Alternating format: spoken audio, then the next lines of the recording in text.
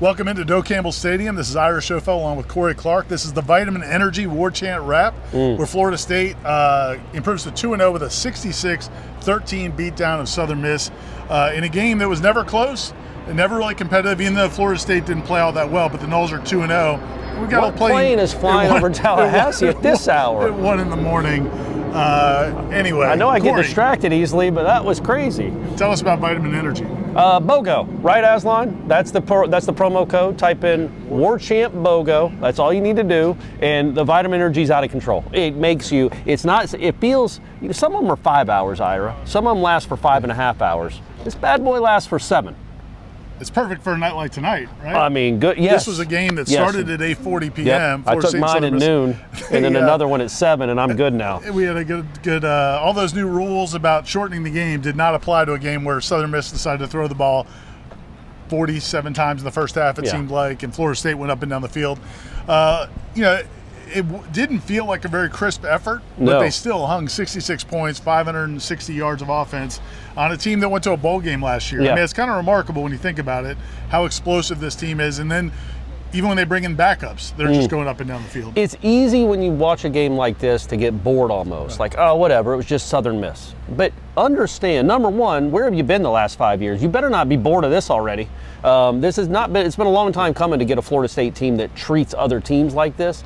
But this isn't normal. You don't. Southern Miss. This was a big game for them. They are probably a bowl-ish team. They're not going to be 1-11. They're going to win some games. They have real players and some SEC transfers and a bunch of old dudes. And you treated them like they were Child's High School. No offense, Timberwolves. You're going to have a big year this year. But you treated them like a high school team. And you didn't even play well. Every 50-50 ball you did not catch. Johnny Wilson, not his best performance, let's say. But it didn't matter. You put up 66 points. You had 30 when it mattered, when the game was still in doubt before the garbage time. You had 31 points and 300 yards, and you wouldn't say you played well offensively. Yeah, that's really, really impressive. You look at a game where Jordan Travis, you scored 66 points. Jordan Travis was 15 of 29 passing. Yeah. 175 yards. Yeah. I mean, he did make some highlight reel plays. Yeah. He had a couple plays where he scrambled for about an hour and then converted a 4th down. But just you think of Southern Miss, the Southern Miss safety at one point, one of those plays, like, what is this? It's too hot for this. Will y'all tackle that guy? Like, he ran around. He almost ran to his own end zone. It was like a Tecmo Bowl play. I'm going to run as far as it was like that. I'm going to run. We do like Bo Jackson. Yeah, you run back to your own 5 and then just take off like a kickoff return. That's what he did with those DBs. But yeah, and that's the thing though. I don't think Jordan had a bad game at all. He threw passes that Keon Coleman usually catch, or Johnny Wilson usually catches. And again, I think he threw 6 50-50 balls and they went 0 for 6.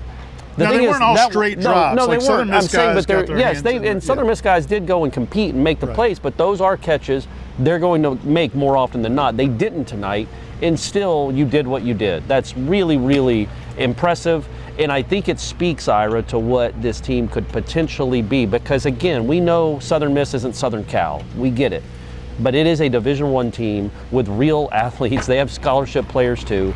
And I don't think there's a lot of teams in the country on 6 days rest after that huge win on an 8:40 kick play like that. I think that was really, really impressive. Yeah, and I didn't think it was going to be a super sharp effort. My pick was kind of for it to be closer than people maybe expected. But I think it speaks to just how dynamic they are and how explosive they are, that even when they're not all that sharp, it doesn't really matter against a team like this. And I mean, Trey Benson carried the ball 9 times for like 79 yards. Exactly 79 yards. Yeah, something like that. Yeah. 8.8 yards just a carry. Throwing numbers out there. 3 it feels like it was 79. Our guy Tate Rodemaker throws 3 passes. Tate's 2 of great. them go for touchdowns. Yeah. Completed all 3 of his passes. Passer rating of like 514. And Brock Glenn comes in, looks good. The backup secondary guys. I mean, freshman Conrad Hussey almost had a pick. Yeah. Just Edwin Joseph should have had a pick. Blake Nicholson, I think, led him in tackles. Yeah. I mean, it was just one of those games, and a lot of Southern Miss's best players are still out there in the game, and even your freshmen and your backups were still dominant in this game. I thought this felt like, I mean, dare I say it, one of those games you always talk about in the 90s where it's fun to watch the backups and the young guys come in and get to show what they can do. And they're better than the other team's players. And that is obviously true. Like Hakeem Williams is better than who Southern Miss has. Vandrevius Jacobs is better than those guys. And so they're playing in the fourth quarter of a 50-point game. That's not fair and it's not normal, but they're going to make plays because you want to give them a chance to make plays. And it did feel like a 90s game where when it's the fourth quarter, the game's obviously been over forever, but you don't want Tate to just hand the ball off, and you want Vandrevius to get real reps. It's not running up the score. You're trying to get your players better because they're going to be the future of the team next year. Maybe, Hakeem, the way he's coming along, might be part of the plans this year. But also, I want to touch on that real quick. So, against LSU, and we need to talk about the defense because the defense was phenomenal. But I wanted one last point about the offense was against LSU, Keon and Johnny had 16 catches combined for like 230 yards. This game, they had 3 catches for 40 yards. Now, one of them was an all-time trampoline highlight reel. What in the world was that play by Keon? He's awesome. But that shows you what kind of versatility this team is, how good it is that those 2 guys can have 3 catches and you do what you did on Saturday night. Yeah, the thing about Keon's hurdle, and he had a couple of hurdles tonight. He might want to, now that it's on film, he might want to. But I think what it is, though, is DBs are going to go low at those 2 guys because they're so big. Yeah. I mean, Johnny Wilson's 6'7", Keon Coleman's 6'4". They're both well put together, so you're not going to want to tackle them high. You're going to dive. I mean, it's like, you've just seen Nick O'Leary had plays like that. Yeah. I mean, he usually fumbled when he did it. He was better at running over guys than trying to hurdle them. But it's just I think that's something that's in their toolbox, and it was just cool to see. It was a huge play. Then he gets. I don't know that it's in their toolbox. It's in his toolbox. That was a unique thing for not just to leap over a guy. We've seen that's the most height I've ever seen on a guy leaping over a defender. Yeah, some of the still pictures. We've got a picture on the website at warchant.com. Other people do as well. You can find it, but yeah, it looks like Edwin Moses. Old school reference. You couldn't think of a more recent hurdler. I got you, and he's the best of all time. But I want to see one time if he does it again, if he gets his foot on the guy's helmet and really propels that out. would be sweet. And then he's doing the leg kick like it's a long jump. But going to the defense, it's when you win like this, again, it's easy to overlook it. Southern Miss Frank Gore is a good player, man. They've got some wide receivers, and they've got a very big, experienced offensive line. And again, you gave up one play, like a 35-yard pass on that one of their last drives in the second quarter, which was only extended because of a crazy roughing the passer call on Patrick Payton on 3rd down. The defense was exceptional, and that starting defense, the 2 deep, let's say, not the 3rd strings and the walk-ons and the freshmen. It's been like 11 straight drives without a touchdown now, going back to the first half of the LSU game. I mean, it's been really, really impressive what they've done and what they did on Saturday night. Yeah, I think Southern Miss had 70 yards at halftime. Yeah, 5 first downs maybe. Yeah, and they finished with 260 yards, 258 yards, but so much of that was against the 3rd-team freshman defensive backs late in the game.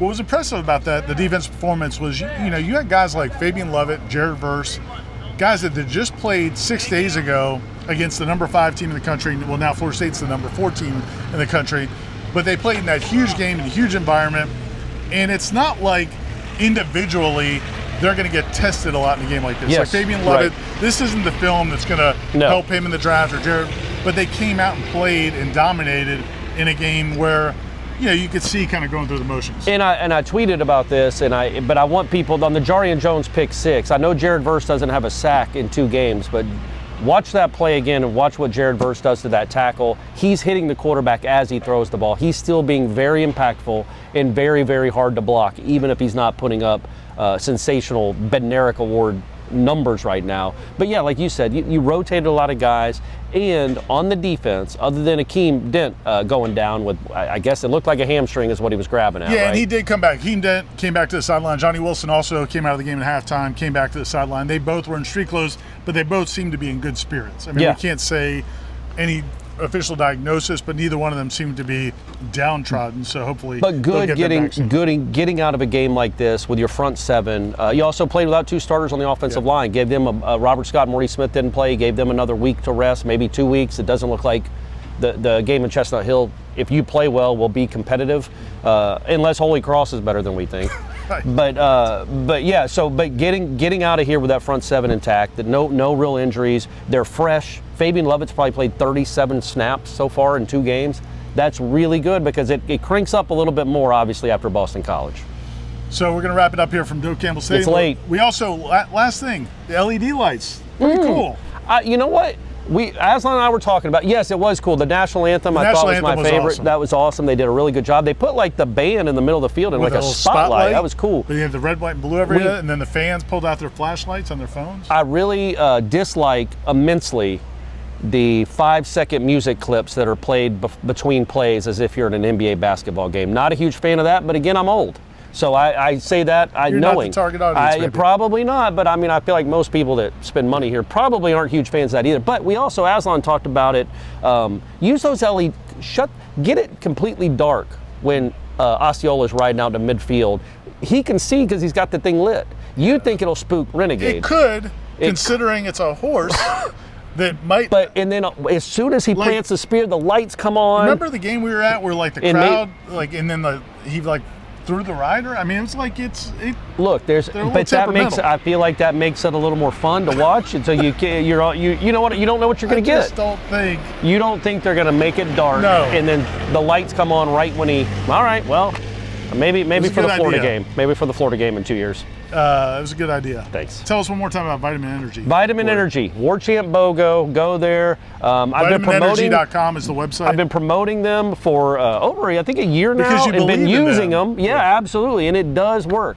It works for me, but also I've got other testimonials from other people that don't get paid by Vitamin Energy that say how good it is. And I'm not just making that up, for real. It's good, and it tastes good, Ira. VitaminEnergy.com, and it's Warchant BOGO is the promo code.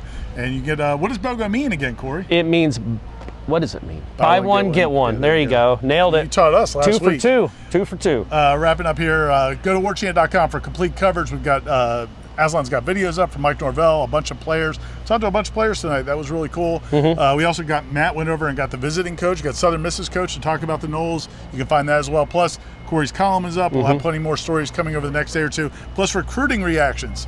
Oh, for the big win over at Southern Miss? Yeah, man. All right. And Warchant.com is the place to be. And my Aslan's trying to tell me to promo my 321 column. 321 column's coming as well. So stay tuned to Warchant.com. I thought he was counting you down.